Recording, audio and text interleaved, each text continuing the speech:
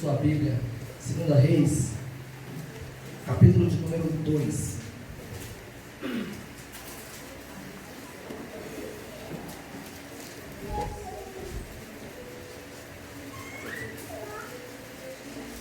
Segunda Reis, capítulo de número 2.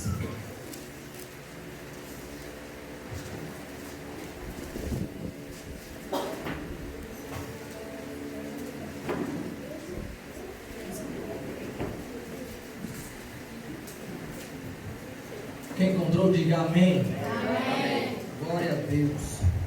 Eu quero ler apenas um versículo. Versículo de número 15. Os irmãos acompanham. 2 Reis, capítulo de número 2, versículo 15. Diz assim: Quando os discípulos dos profetas, vindos de Jericó, viram isso, disseram: o espírito profético de Elias repousa sobre Eliseu. Então foram ao seu encontro, prostraram-se diante dele e disseram: Amém. Somente esses versículos nós podemos se assentar.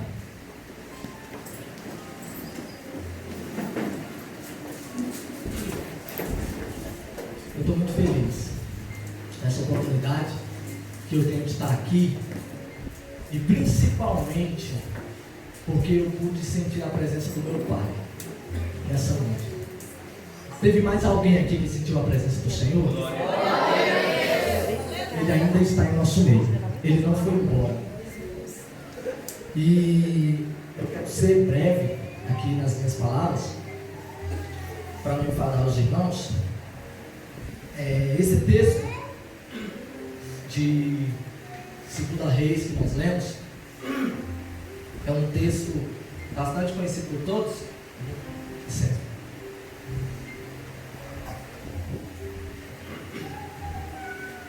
É um texto bastante conhecido por todos. Todos nós conhecemos a história de Eliseu.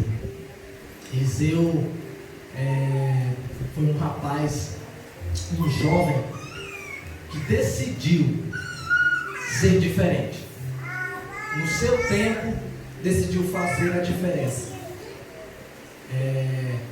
Eu gosto muito da história de Eliseu, esse período, esse texto que nós lemos aqui, que narra um acontecimento da história desse rapaz chamado Eliseu. O capítulo 2 começa dizendo que Elias parte de Gilgal. E aí inicia os primeiros relatos a respeito de Eliseu. Diz que Eliseu acompanhou Elias, foi com Elias. Se nós olharmos para a história de Elias, nós podemos tirar inúmeras lições para a nossa vida, para a nossa rotina diária, para o nosso cotidiano. Mas eu queria, nessa noite, nesse momento, destacar algo aqui para o nosso crescimento, para o meu crescimento, para o crescimento de cada um dos irmãos, que nós podemos aprender com Eliseu. O fato de que Eliseu decidiu ser diferente, decidiu que queria fazer a diferença. Então o que ele faz? Quando Elias parte de Gilgal, ele decide acompanhar Elias. E quem era Elias? Todos nós sabemos que Elias foi um grande profeta do Senhor, que realizou inúmeras maravilhas e prodígios por meio da potente mão de Deus que estava sobre a vida dele. E Eliseu decide então acompanhar este homem, caminhar com este homem. E o que eu aprendo com isso? Eu aprendo que eu preciso saber escolher as pessoas com quem eu quero caminhar na minha caminhada cristã. Eu preciso saber escolher as pessoas que eu quero ao meu lado, para participar dos meus momentos felizes e tristes da minha vida. É engraçado que alguém pode estar pensando: mas Magdiel, o nosso modelo é Cristo Jesus. O nosso principal modelo é Cristo Jesus. Mas Paulo, ele ousou dizer, porque ele sabia que muitas pessoas falam que não dá para imitar a Cristo, porque ele era 100% homem, carne. mas também era 100% Deus. Então muitas pessoas dizem que é impossível. Aí Paulo ousou dizer: então imitem a mim, sede meus imitadores, porque eu fui imitador de Cristo. Então não há problema nenhum em se ter homens que nos sirvam de referência. Não há pecado algum em eu ter o nosso pastor, o presbítero Luiz, como referência para mim. Não, eu quero ser um obreiro, como aquele irmão. Não há problema nenhum em você ter alguém como espelho. Lembrando que todo homem é falho, perfeito só é Cristo. Mas não há problema nenhum em você olhar para uma pessoa e dizer: eu quero ser um crente de oração como aquela irmã. E nós precisamos saber escolher as pessoas com quem nós queremos andar, caminhar. Pessoas que vão contribuir para o nosso crescimento. Todos nós aqui somos jovens hoje. E nós vamos crescer e temos muito para aprender. E precisamos escolher as pessoas com quem nós vamos caminhar para aprender. Essa é a primeira lição que, olhando para para Eliseu, eu aprendo. Primeira lição: Eliseu decidiu que queria caminhar com Elias. E aí ele então, partindo de Gilgal com Elias, ele vai para Betel. Aí Elias fala para ele assim: Eliseu, o Senhor me enviou a Betel, fica aqui. Porque existia uma palavra sobre a vida de Elias.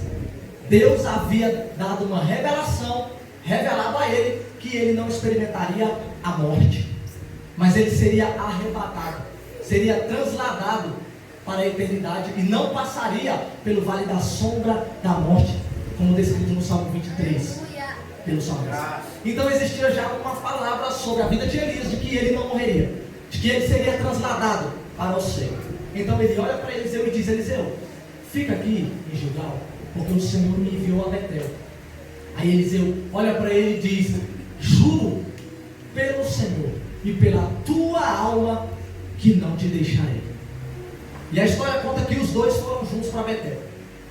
Aí quando eles chegaram em Betel, os filhos dos profetas lá de Betel, ou os discípulos dos profetas, chegaram em Eliseu: Eliseu, você está sabendo que a qualquer momento o Senhor pode tomar Elias sobre a tua cabeça? E Eliseu responde: sim, eu já sei, e eu não quero falar sobre isso. Aí Elias vem mais uma vez para Eliseu, e aí ele diz: Eliseu, agora o Senhor me enviou para Jericó, fica aqui em Betel. Aí Eliseu outra vez vai dizer para Elias: vive o Senhor e vive a tua alma, que não te deixarei. E acompanha Elias outra vez. Aí quando ele chega em Jericó, os filhos dos profetas, os discípulos lá de Jericó, chegam para Eliseu de novo e falam para ele: você sabia, está sabendo que o Senhor pode tomar o seu mestre a qualquer momento sobre a tua cabeça? E você vai ficar sozinho? E Eliseu responde: sim, eu sei, calai-vos. Aí eu olho para isso e eu percebo que Eliseu, ele sabe onde ele quer chegar, ele sabe o que ele está buscando. E já tentaram parar ele lá atrás, mas ele não parou. E agora tentaram parar ele de novo, mas ele não parou. Todos nós aqui temos um propósito. Acredite, todos nós aqui temos um propósito. E para nós alcançarmos esse propósito, nós precisamos estar firmes, focados, assim como mencionado lá em Hebreus, pelo escritor da carta, dizendo: correndo a carreira que nos é proposta, com os olhos fitos em Jesus, autor e consumador da nossa fé. Nós precisamos focar. E Eliseu era focado. Eu imagino Eliseu dizendo: não, eu vou seguir Elias. E não importa o que vão dizer, eu sei onde eu quero chegar, eu sei o que eu quero para mim, eu vou continuar ao lado dele. Mas aí outra vez, Elias vem para Eliseu e diz: Eliseu, fica aqui em Jericó, porque agora o Senhor me enviou ao Jordão, ao Rio Jordão. fica aqui. E é como se Elias quisesse dizer para ele: Eliseu, a qualquer momento eu posso desaparecer e você vai ficar sozinho. Não continue me acompanhando. Mas é como se Eliseu dissesse para Elias: eu sei o que eu quero, assim como eu falei para os filhos dos profetas, eu sei onde eu quero chegar. Então ele diz outra vez: assim como vive a tua alma e vive o Senhor, eu não te deixarei só. Aí Eliseu acompanha Elias e os dois vão juntos. Está escrito no texto: os dois descem junto para o Rio Jordão. 50 homens dos filhos dos profetas lá de Jericó, 50 discípulos dos profetas, vão acompanhando os dois de longe. E eles param a uma certa distância e ficam observando. Eliseu e Elias chegam à beira do Rio Jordão. Aí Elias tira a capa dele, dobra a capa e toca o rio. Quando ele toca o rio se partiu ao meio. Fez uma parede de água de um lado, uma parede de água do outro, e os dois começaram a caminhar. Elias e Eliseu ao seu lado. Rente, junto. Os dois começaram a caminhar até que sumiram da vista dos 50 homens que ficaram lá observando de longe. Quando eles saíram um lado do outro lado, aí o rio se fechou. Elias olha para Eliseu e faz uma pergunta que me chama muita atenção. Ele olha para Eliseu e diz: Eliseu, o que queres que eu te faça? Peça para mim o que você quiser. É como, eu imagino Elias como se ele estivesse dizendo: você me acompanhou todo esse tempo, eu falando para você ficar, e você tentou, continuou ao meu lado. Eu quero fazer algo por ti. E quem era Elias? Elias fez uma oração a Deus de poucas palavras, e Deus mandou um fogo do céu e consumiu o holocausto. Elias falava que não choveria e não choveu. Era um homem que, quando abria a boca para falar algo, o céu ouvia o que ele falava. Então olha a oportunidade que ele dá para Eliseu. Ele olha para Eliseu e diz: Eliseu, pede para mim o que você quiser, qualquer coisa. O que queres que eu te faça? Aí a gente olha para a história de Salomão e todos nós ficamos encantados, porque Salomão teve essa mesma oportunidade quando orou ao Senhor e Deus disse: Salomão, pede para mim o que você quiser. E a gente fica encantado, porque Salomão poderia ter pedido riqueza, poderia ter pedido fama, poder, a morte dos seus inimigos, mas ele pede sabedoria.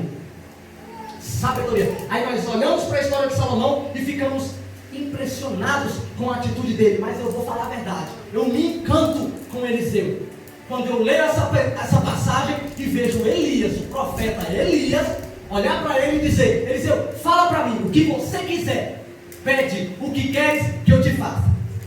Deus nos deu uma capacidade de imaginação. Eu falo para minha esposa, ela ainda fica comigo, que eu gosto de ler a Bíblia imaginando a cena dentro, assim, como se eu estivesse lá dentro. E eu imagino Eliseu nessa hora olhando dentro dos olhos de Elias e dizendo: sabe o que eu quero, Elias?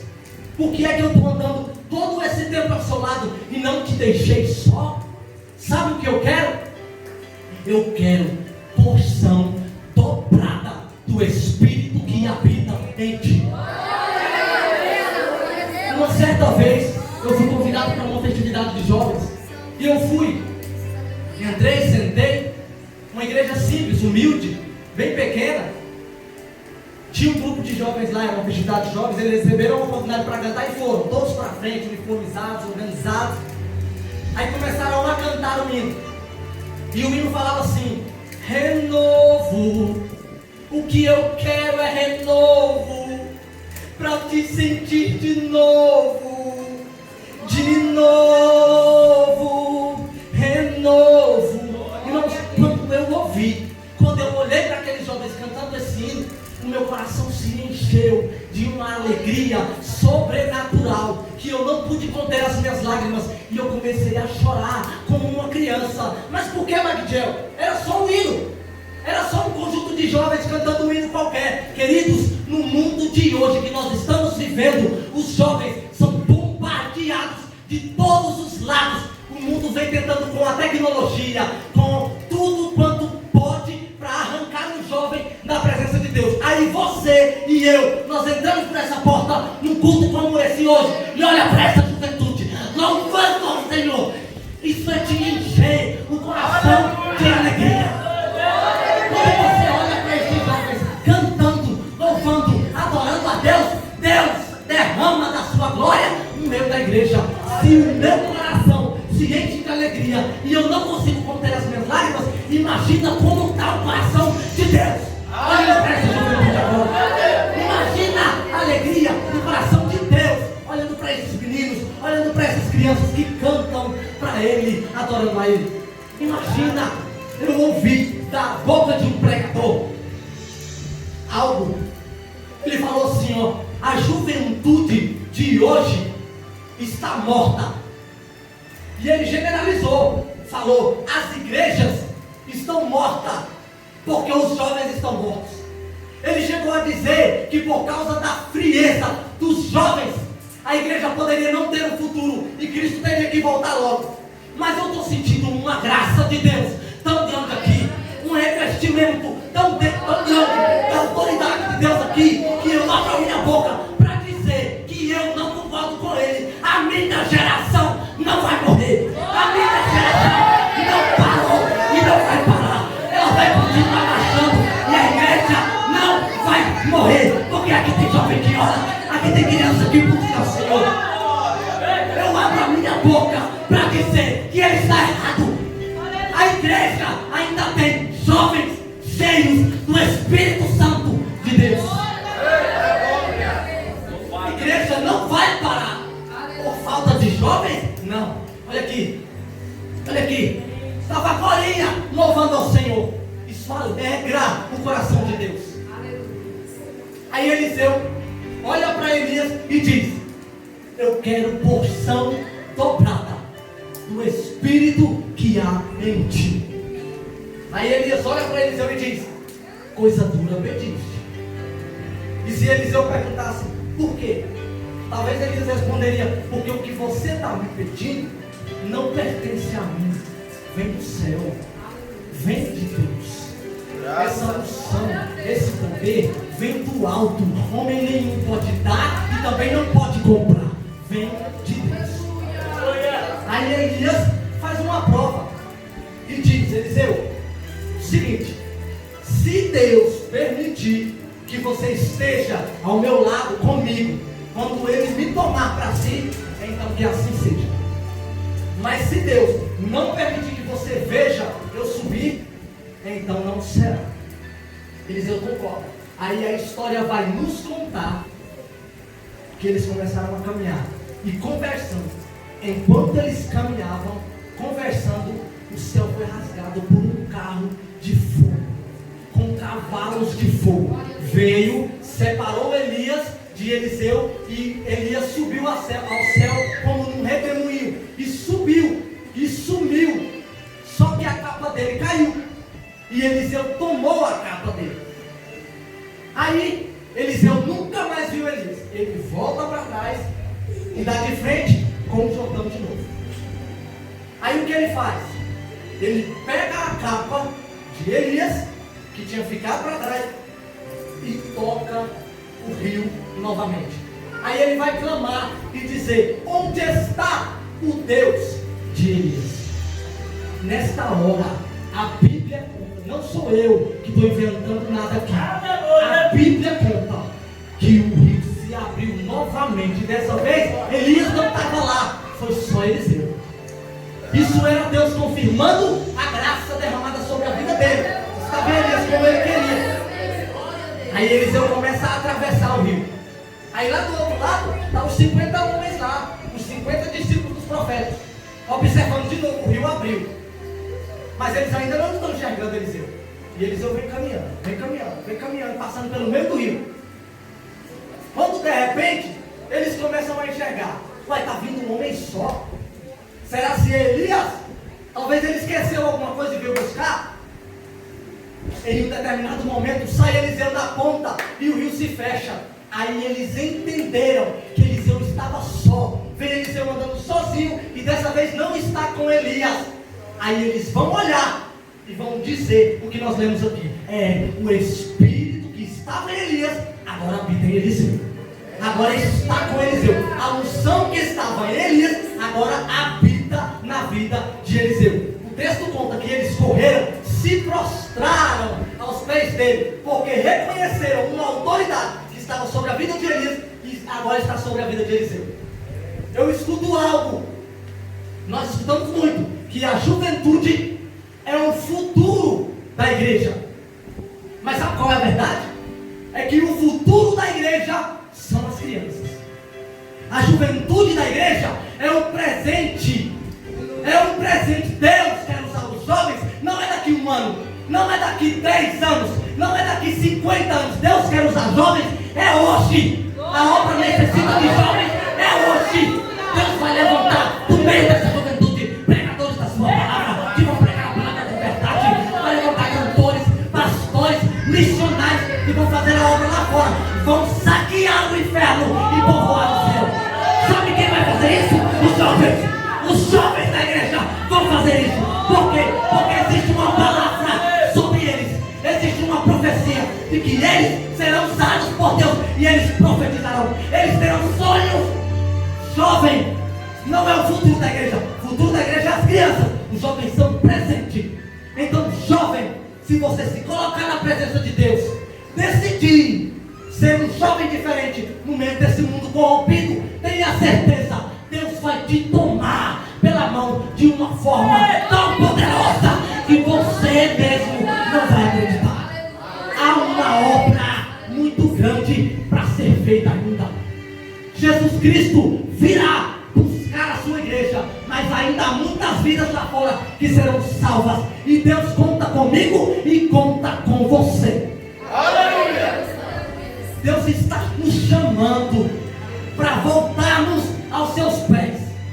Ainda não acabou.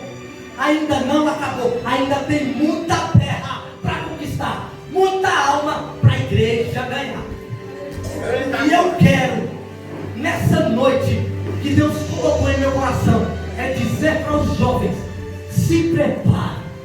Se preparem. Porque o que Deus vai fazer neste lugar, através de vocês, é muito grande. É muito poderoso. Então se preparem. Se preparem. E não vão se assustar. Porque Deus vai tomar cada um de vocês. Deus tem promessa. Deus tem propósito para cada um de vocês aqui. Não vá ouvir conversa de discípulos de profetas que querem te parar. Tenha foco com os seus olhos fitos em Cristo Jesus.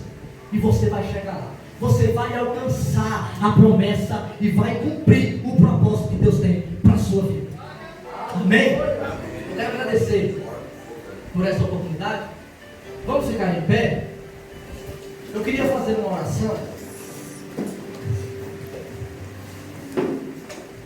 E eu queria que todos os irmãos orassem comigo em favor da juventude desta igreja.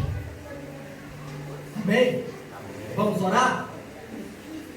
Senhor nosso Deus e nosso Pai, Deus, uma vez mais nós oramos a Ti, Senhor. E neste momento nós queremos render graças ao Senhor por cada uma destas pessoas que estão aqui, por cada um destes jovens que se empenharam nesse trabalho de hoje e vieram para a casa do Senhor.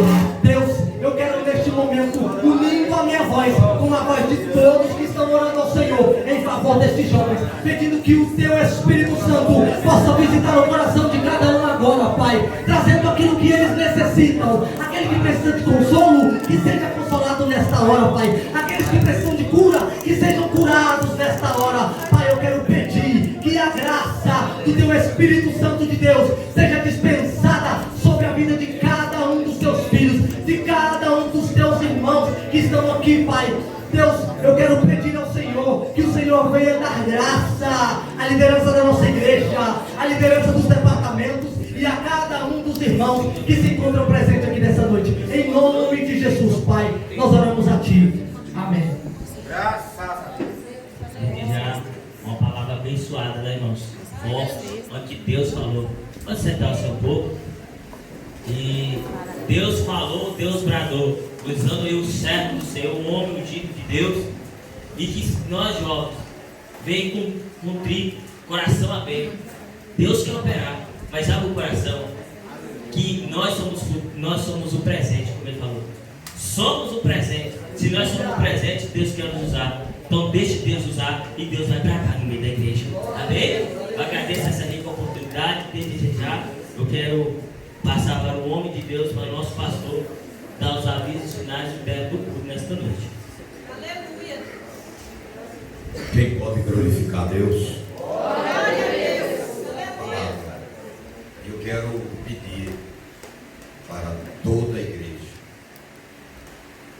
ajudar os adolescentes e os jovens. Todo lugar que eu passo, eu não me sinto bem os irmãos fazerem imposições acerca da vida dos adolescentes e jovens. Nós temos que não impor, nós temos que ajudar eles.